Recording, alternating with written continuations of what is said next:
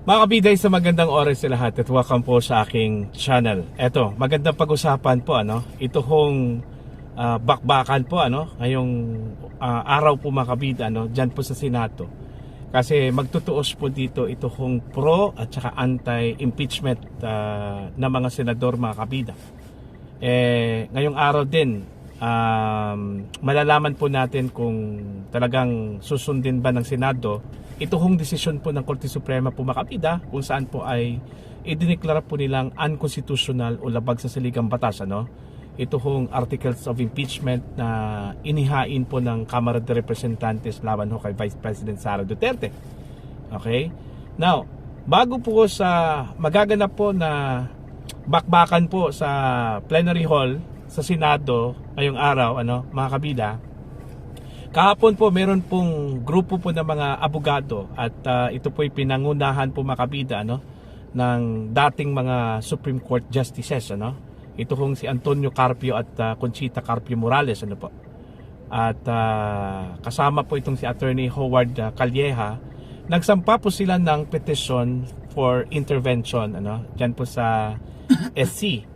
Gusto ho nilang pigilan po makabida ng Korte Suprema po ito hong action na gagawin po ng Senado ngayong araw kung saan po ay magdedesisyon po sila dito ho sa kapalaran po makabida ng impeachment case laban ho sa Vice Presidente po Eto, babasahin ko lang po makabida ito hong post po ng Batas PH. Ang kanila hong post po dito, ang title is Supreme Court asked to stop Senate from acting on impeachment.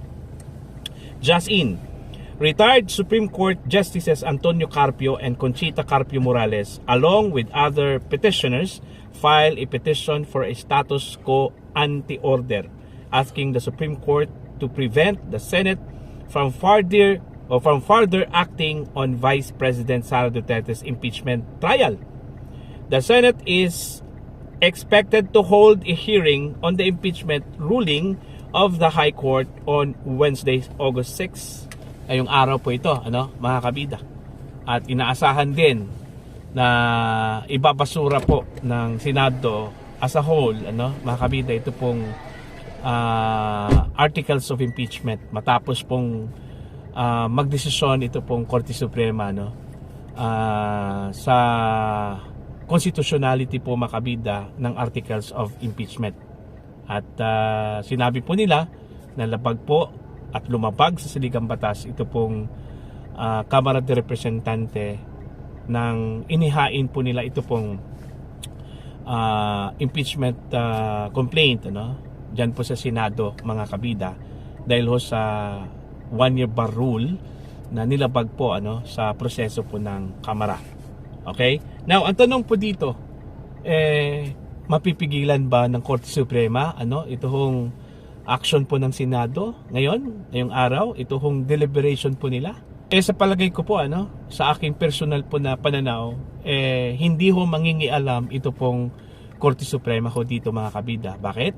Kasi unang-una po maliban po sa idineklara po nilang unconstitutional ito pong articles of impeachment, malinaw po doon ho sa kanilang ruling na ang Senado po ay wala hong jurisdiction po makabida sa kasong ito.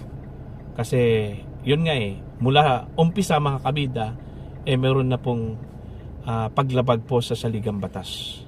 Since wala hong jurisdiction ang Senado, kagaya ho ng sinabi po makabida ni Senator Chis Escudero na hindi na daw sila kailangan na mag-convene bilang impeachment court. At pwede na raw ang Senado po ang magdedesisyon po makabida kung itutuloy po nila ang impeachment trial o susundin po nila ito hong desisyon po ng Korte Suprema sa palagay ko po susundin po nila ito mga kabida kung pagbabatayan po natin yung mga salita at pronouncement ng mga senador, lalong-lalo na po ito hong miyembro po ng majority block na tila susundin po nila ito hong utos po ng Korte Suprema po makabida itong desisyon.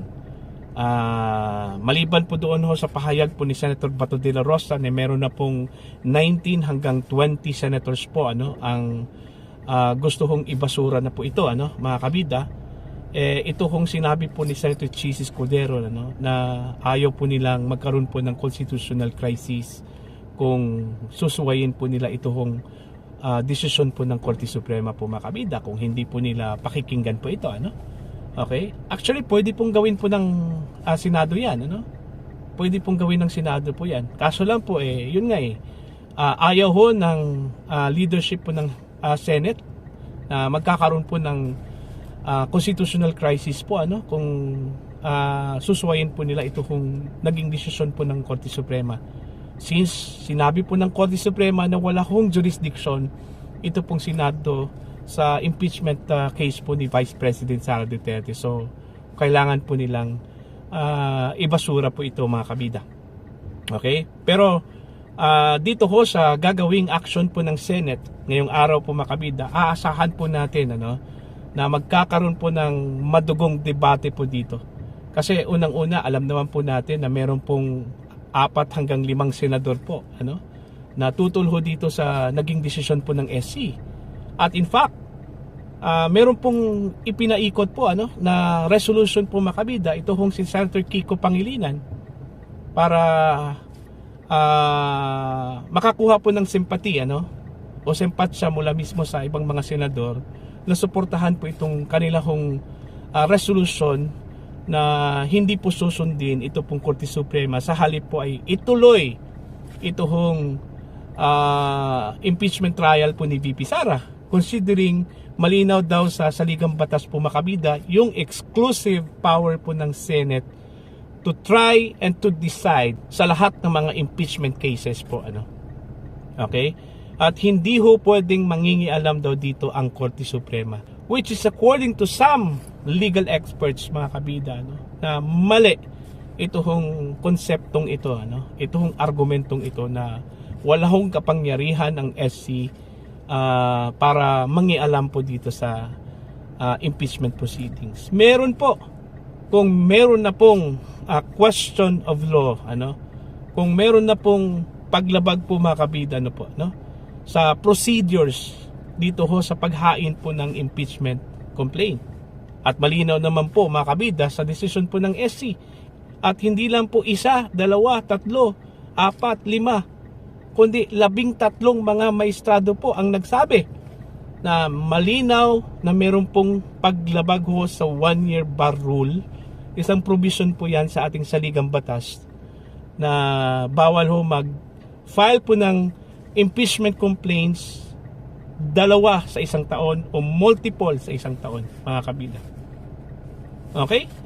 So aasahan po natin na magkakaroon po ng madugong debate po ngayon mga kabida dyan po sa Senate. At syempre naman po ang ending po dito mananaig talaga ito kung majority po ano.